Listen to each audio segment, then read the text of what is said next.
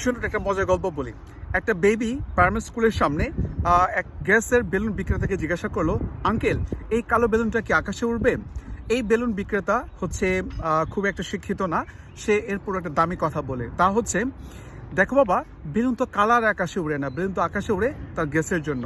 তেমনিভাবে আমরা যেটা চিন্তা করি, আমার কাছে টাকা নেই, আমার কাছে এডুকেশন নেই, আমার বাবার প্রচুর টাকা নেই, আমি দেখতে ভালো না, আমার হেয়ার স্টাইল ভালো না, আমি দেখতে কালো, ইজ ইন ফ্যাক্ট সফলতার জন্য একটা জিনিসই প্রয়োজন, সেটা হচ্ছে আপনার ইচ্ছাশক্তি এবং পরিশ্রম।